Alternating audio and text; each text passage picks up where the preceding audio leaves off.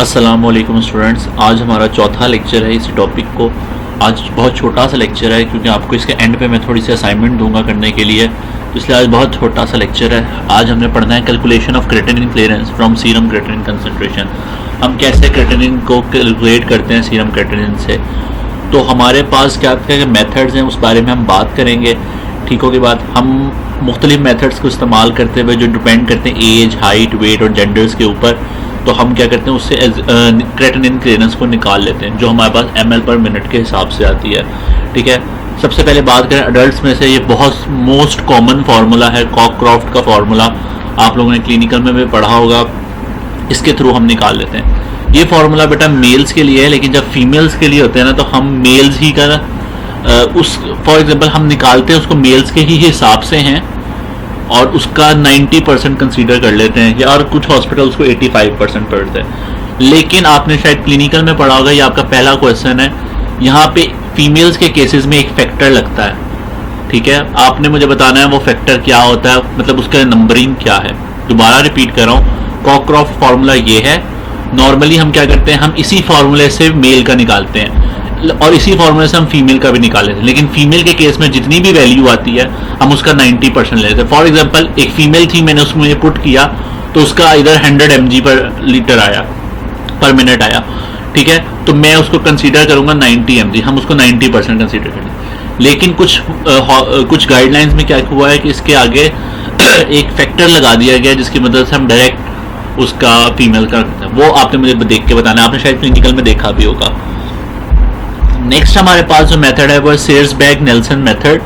ये जो है एज और वेट के ऊपर डिपेंड करता है और साथ सीरम क्रेटिनिन कंसंट्रेशन के ऊपर ये डिपेंड करता है नोमोग्राम्स के ऊपर। आई डोंट नो कि आपने क्रेटिनिन क्लियरेंस नोमोग्राम से कैलकुलेट किया है कि नहीं, लेकिन ये बहुत आसान सा होता है। नोमोग्राम क्या है, एक चार्ट है जिसमें 2-3 तरह के वेरिएबल्स दिए जाते हैं। हम सिंपल क्या करते हैं कि रूलर की मदद से एक लाइन लगा लेते हैं, जहाँ पे पॉइंट ऑफ इंटरसेक्शन आता है हमें पता चल जाता है इसकी क्रेटिनिन क्लियरेंस कितनी है। फॉर एग्जाम्पल अभी हम कर लेते हैं, ये हमारे पास नोमोग्राम है, इसमें 1 2 3 4 5 लाइंस है। ठीक है, हमने करना क्या है बेटे कि हमने एक रूलर लेना है, मैं इसको रूलर कंसीडर कर लेता हूँ। ठीक है, अब क्या होता है बेटे कि हमने पेशेंट के वेट के हिसाब से जो उसकी सेकंड लाइन के अंदर गया हुआ है, पेशेंट वेट और पेशेंट एज। ठीक होगी बात, पेशेंट वेट और पेशेंट एज के हिसाब से हमने उसको डिटेक्ट करना था। फॉर एग्जाम्पल हम कुछ भी कर लेते हैं,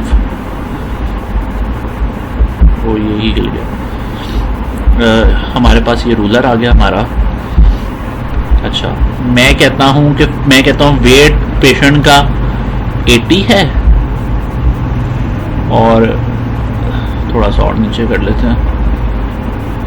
ये वैसे चीज़ें सारी बोर्ड पे कराने वाली हैं, लेकिन अब हमारे पास बोर्ड अवेलेबल नहीं है तो हम कुछ नहीं कर सकते। खैर जितने पे भी ये हो जाता है, अटक जाता है। खैर हमने कहा फर्ज कर लेंगे, हम कहते हैं कि एज उसकी जो है वो 45 है। ठीक हो की बात, हमने 45 पे और उसका वेट 80 है, हमने ये कर लिया। ठीक हो की बात। अब आप देखें कि ये कहाँ पे इंटरसेक्ट करता है, ये आर लाइन के ऊपर यहाँ पे इंटरसेक्ट कर रहा होता है। ठीक है, अब हमने इस आर लाइन पे ही रूलर को रखते हुए इसको सीधा कर लेना है। जब हम इसको सीधा कर रहे हैं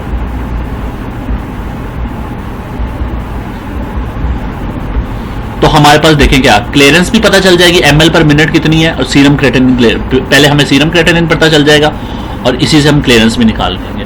तो समझ लगी, फिर से रिपीट कर लेते हैं कि हमने क्या किया। मैंने कहा कि चले ये 80 था, 80 और 45 साल की उम्र, हमने ऐसे लाइन बनाई, इसको यहाँ पे पॉइंट ऑफ इंटरसेक्शन रखा। इसी रूलर को फिर हमने क्या किया, इसको स्ट्रेट कर लिया ताकि वो इन दोनों लाइन पे हो। तो जब वो स्ट्रेट हुआ तो उसने हमें बता दिया कि जी तकरीबन इतनी इसकी क्लियरेंस है और इतनी इसकी सीरम क्रेटिनिन की वैल्यू। तो ये बहुत सिंपल तरीके से हम इसको डिटेक्ट कर सकते हैं।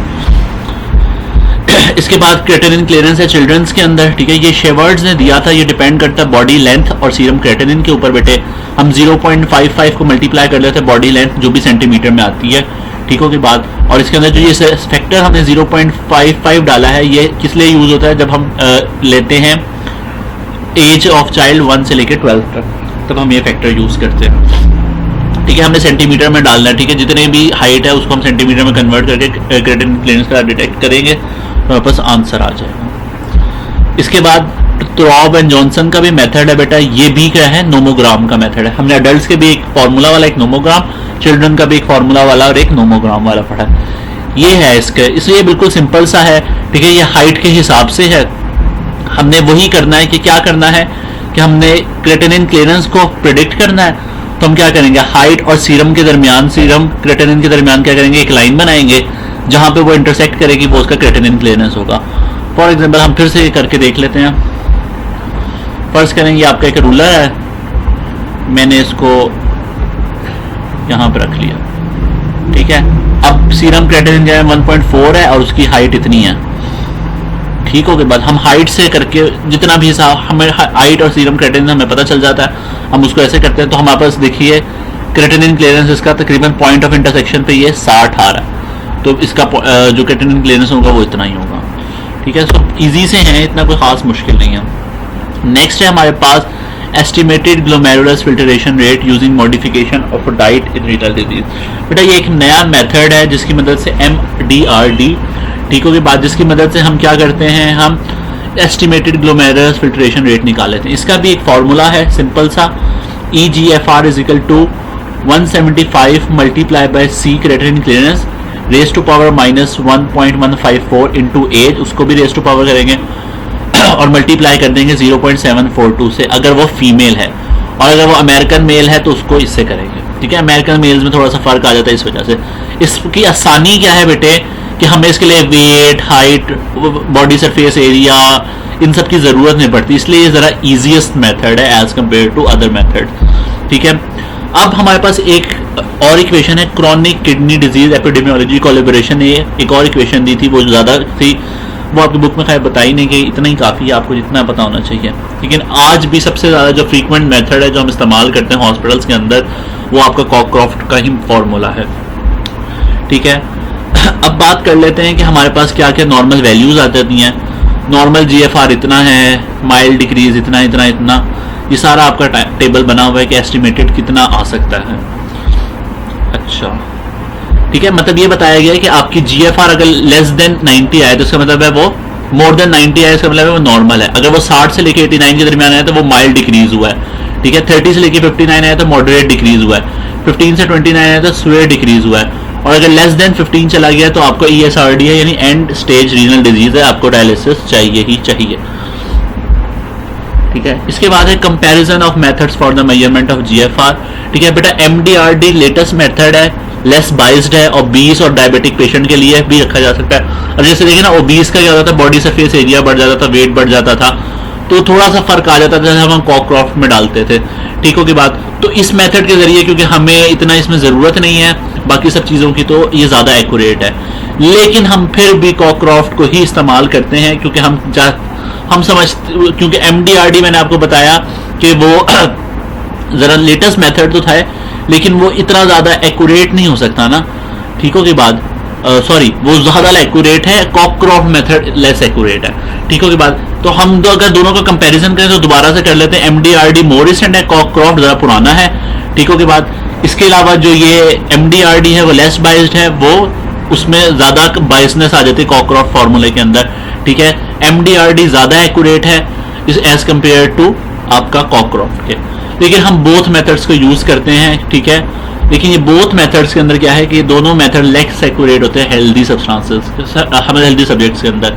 अगर हमारा पेशेंट को रीनल कॉम्प्रोमाइजेशन है ही नहीं तो उनके अंदर क्या होता है, ये बहुत मेथड इतने ज़्यादा एक्यूरेट नहीं होते, लेकिन हम यूज़ यही मेथड करते हैं। और सबसे ज़्यादा पाकिस्तान में तो स्पेशली ये कॉकक्रॉफ्ट मेथड यूज़ है। वैसे पाकिस्तान में बहुत कम है कि ये क्रेटिनिन क्लियरेंस वगैरह बहुत कम देखी जाती है, यही तो हमारे मुल्क का अलमिया है, लेकिन फिर भी जब भी देखी जाती है तो ये कॉकक्रॉफ्ट फार्मूले के साथ देखी जाती है।